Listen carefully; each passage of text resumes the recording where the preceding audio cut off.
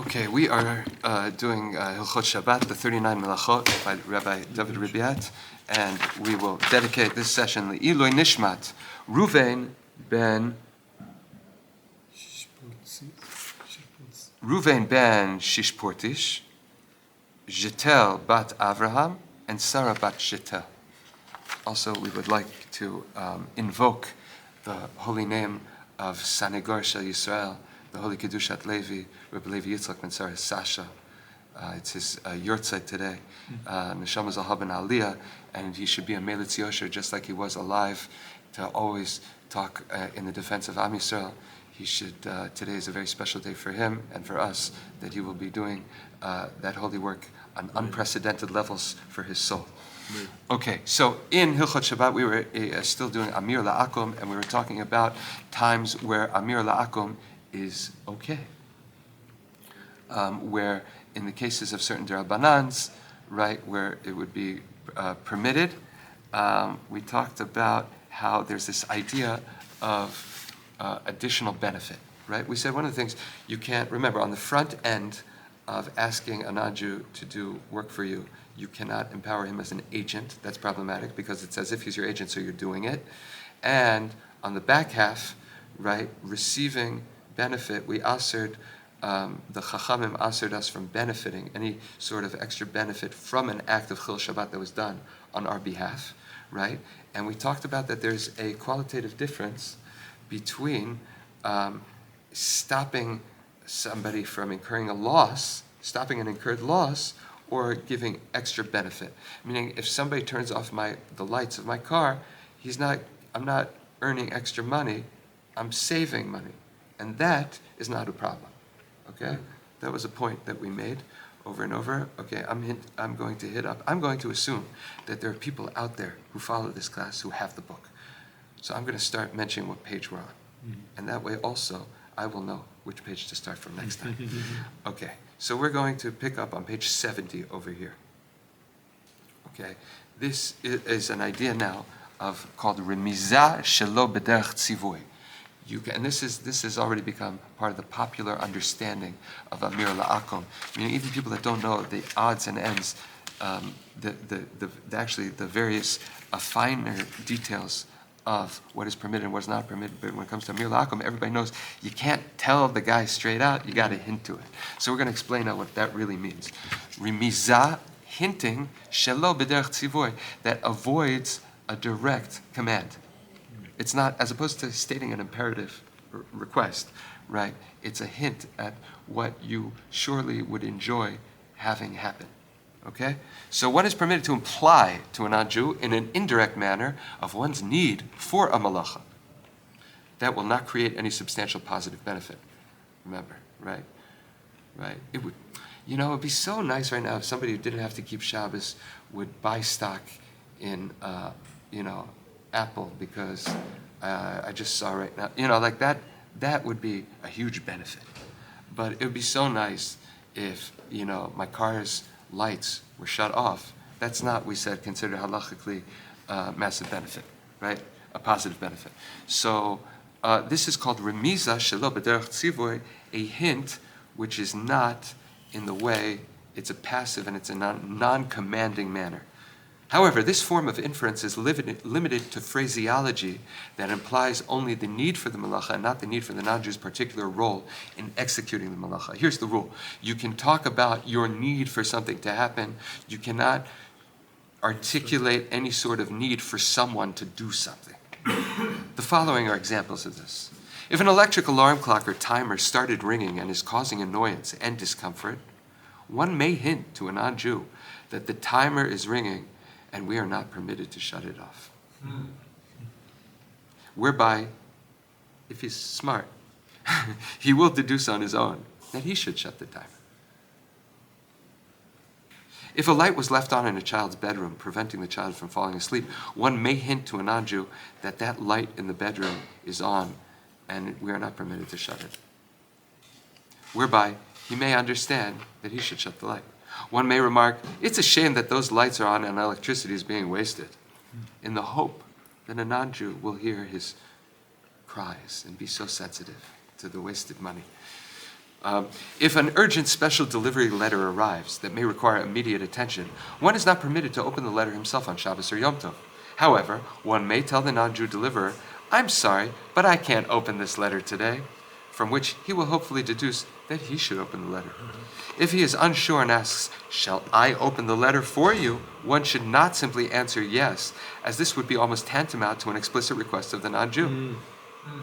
So what should you say? I can't do it. You could say so much with tone. People are so used to messaging nowadays, WhatsApping, SMSing, and it's very easy to be tone deaf in a conversation. There are people that put a lot of emphasis in tone when they talk, and that's a lost dimension. You'll find so much trouble in trying to articulate yourself like that with SMS. It's so you just can't say anything that has to do with him directly doing it or him doing an act. Okay, so here he advocates saying, one may rather respond by saying, "I would certainly appreciate it if the letter was opened," as opposed to saying, "I would certainly appreciate it if someone opened the letter." That's all the difference in the world. Don't talk about an act. Talk about the goal of what you need. From which hopefully the non-Jew will have a better understanding of the recipient's need. Okay. Those previous examples are permitted because the non-Jew was not instructed to do any malacha. That's the point. He was merely notified of a problem and was left to deduce on his own that he could do something about it. The non-Jew is thus not an agent of the Jew in any malacha activity. That's the point here. There's no shlichut. Now, we said the shlichut is a problem, meaning agency is a problem, benefiting is a problem. There are two other issues. The instruction, right, means that you are talking about an act that is forbidden for you to do on Shabbat, and that's called daber davar, that your speech on Shabbat has to be different. So you can't talk about the technical ins and outs of a malacha that you can't perform on Shabbos. That is seen as a desecration, meaning your speech is supposed to be uplifting also, so your speech has to abstain from malacha. Okay? Generally.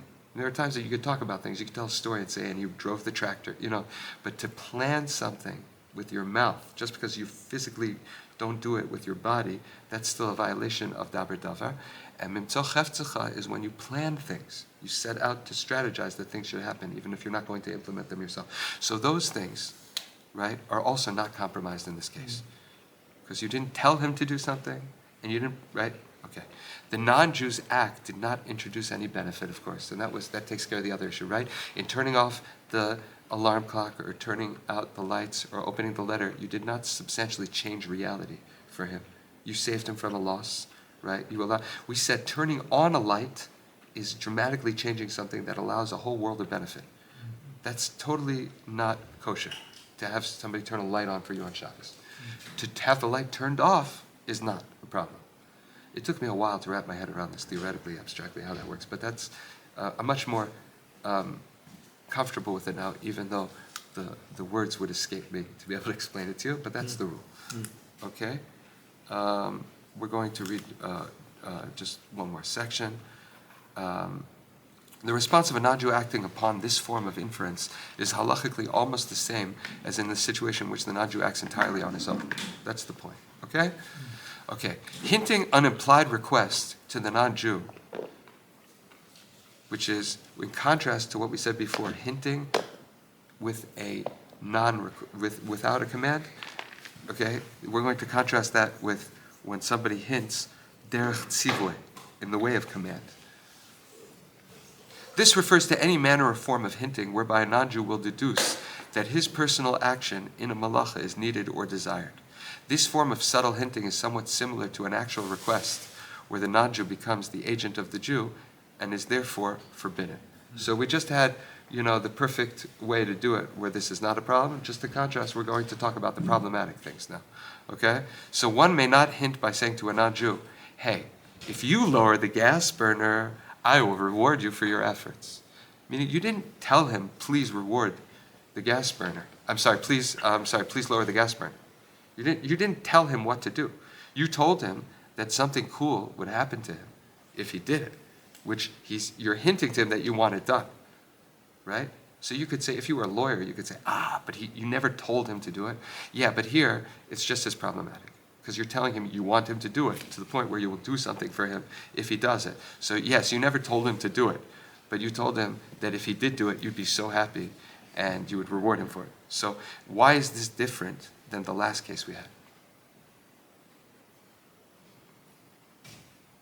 Here, the last case was the gas burner is too high, and I would certainly appreciate it if it was turned down. I'm sorry. The gas burner is high, and I'm not allowed to turn it down. That's permitted. The gas burner is too high. The light is on, and I can't turn it off, right? The alarm clock is on, and I can't turn it off. I didn't say anything about you and your actions, or somebody else and their actions, right? Or the non-Jew and his actions. I only said what I'm allowed to do and not allowed to do, and therefore he can deduce if he has a role in this at all. But I did not talk about him. Here, I'm telling the person, if you lower the gas burner, I will reward you. I didn't tell him what to do, but I basically told him it's all about what he can do. So I hinted to him, but I basically told him that he has to be involved. That's totally illegal. That's all the difference. So it's subtle at first, but if you go over and over again, right, you're allowed to talk about anything, what you like, what you need, what you're not allowed to do. But you can't talk about what somebody else can do for you, okay? What nonverbal gesturing, right, doesn't, and by the way, this goes for also things that, when you're not allowed to be mafsik. So people think it's a technical thing, you can't talk. Communicating something, that ultimately will take you out. If it's referring to something you need, then you can even talk. But to have full conversations, like people do as a joke, when they're waiting for everybody else to finish washing by hamotzi, people have all kinds of long, so that don't fly when it comes to Amir La'akom, okay? Nonverbal gesturing is equivalent to commanding and is also forbidden. Like that's, you basically told him what to do, right? One may not hint with a gesture, motion with a nod, a wave of the hands, snapping fingers to a non-Jew that he should do a malacha. Besides, if a Jew snapped their fingers at me, I wouldn't rush to do, One may not say to a non-Jew on Shabbos, why didn't you shut the lights after the meal last Shabbos? Oh, you thought that's a clever way to hint to him that he should do it this Shabbos. You can't, because you're talking about his actions and what he should do, right? This implies that the non-Jew is expected to do so today. An implied request is a form of Amir La'akom that is forbidden on Shabbos. Okay, just to drive it home, okay? However, one may say to the non-Jew on Sunday, you can tell him on Sunday, why didn't you shut the lights after the meal last Shabbos? Whereby the non-Jew will understand that he should do so next Shabbos. Right. Remember, it's okay to benefit from that, even though it's being done for you, because it's not positive benefit. But you can't tell him to do it for you, even during the week, because he'll be acting as an agent for you on Shabbos. So you have to hint to him, but you can hint to him like this. Okay? Okay, you got to go over it over and over again. So it's okay. If one conveys an indirect hint, but the non-Jew is nevertheless unsure of what is wanted of him, and then he asks, "You mean shall I do this?" Now you're in big trouble, right? One should not answer yes, because that's similar to an implied request, right? So, however, one may respond by saying, "I would certainly appreciate it if those lights were off." You could just say that over and over again. He'd have to be really daft if he didn't get it. He'll get it right away. He'll just think Jews are really weird. Okay? So that's, okay. So you can say that, from which the non-Jew will have a better understanding of the need for shutting the light. We have more Amira La'akom to do, to be continued. Wishing everybody Besurot Tovot. Amen.